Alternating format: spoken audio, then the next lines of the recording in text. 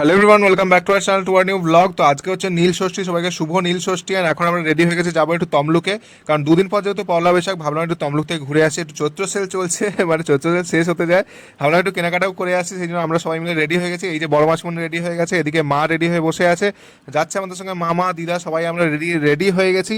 তো যাবো এখনই চটপট তমলুকে। তো অনেকদিন তমলুকে যাওয়াও হয়নি, ভাবলাম একটু কেনাকাটা করতে যাই, তো যেহেতু চৈত্র সেল শেষ হতে যাচ্ছে, তো সেই জন্য।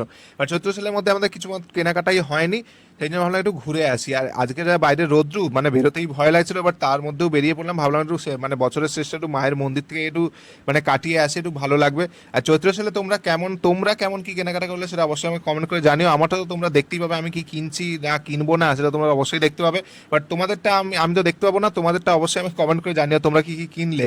অ্যান্ড তারপর এখানে চলে এলাম তমলুকে আসার পর এখানে চটপট টোটো নিয়ে নিলাম, কারণ বাইরে যা রৌদ্রু, বিভৎস রৌদ্রু, মানে হাঁটার ডিসিশনটা নিতে পারলাম না ভয়ে। সেই জন্য আজকে যেহেতু নীল ষষ্ঠী ছিল, সেই জন্য মন্দিরে খুব ভিড় ছিল। যেহেতু বর্গভীমা মন্দিরের নিচেই একটা শিব মন্দির ছিল, তো সেই জন্য সেই শিব মন্দিরেও বেশ ভালো ভিড় হয়েছিল, আর সেটা হওয়ারই কথা।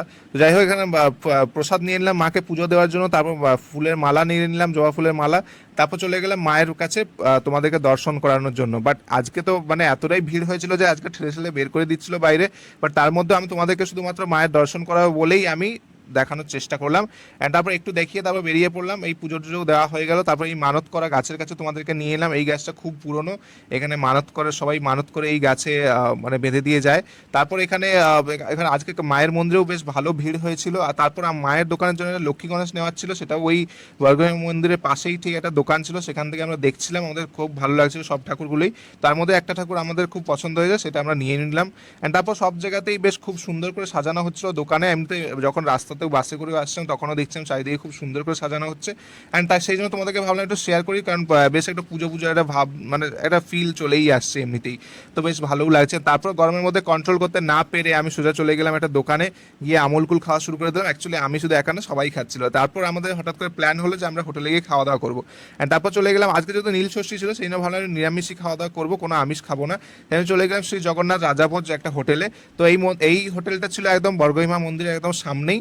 তো সেই জন্য এখানে এসে প্রথমে তোমাদেরকে দেখিয়ে দিলাম, জগন্নাথ দেবের দর্শন করে দিলাম। আর এখানে দুটো রকমের ব্যবস্থা করা আছে, একটা হচ্ছে নিচে বসে খাওয়ার, আর একটা হচ্ছে টেবিলে বসে খাওয়ার।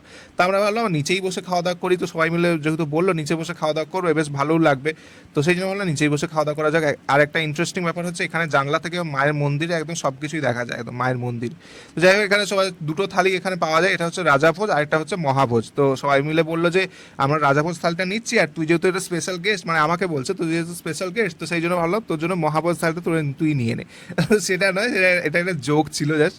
তো আমাকে মহাভোজ থালি সবাই মিলে দিল। মহাভোজ থালির মধ্যে পোলাও ছিল, সাদা ভাত ছিল, ফ্রাইড রাইস ছিল, আরও অনেক তরকারি ছিল, শুক্তো, কুমড়োর তরকারি, ডাল, পনির, তারপর গাজরের হালুয়া, চাটনি, মিষ্টি, পাঁপড়, অনেক কিছুই ছিল। তারপর একটা একটা পুরিও ছিল আর তরকারিও ছিল। তো এই হচ্ছে শ্রী জগন্নাথ রাজাভোজ, এই হচ্ছে হোটেল। খুব রিসেন্টলি এটা মানে খুলেছে। আর হচ্ছে রাজাভোজ থালিটার দাম হচ্ছে মাত্র 99 টাকা, আর মহাভোজ থালিটার দাম হচ্ছে মাত্র 199 টাকা। তো দুটো থালি বেশ নিরামিষ থালি, তোমরা ট্রাই করে দেখতে পারো, আশা করি তোমাদের ভালো লাগবে। তো যাই হোক, আজকে ভিডিও এইটুকুই, কেমন লাগলো সেটা অবশ্যই কমেন্ট করে জানিও। ফেসবুক থেকে দেখে থাকলে পেজটাকে ফলো করে দিও, অ্যান্ড ইউটিউব থেকে দেখে থাকলে চ্যানেলটাকে অবশ্যই সাবস্ক্রাইব করে দিও। দেখা হচ্ছে নেক্সট ব্লগে, বাই।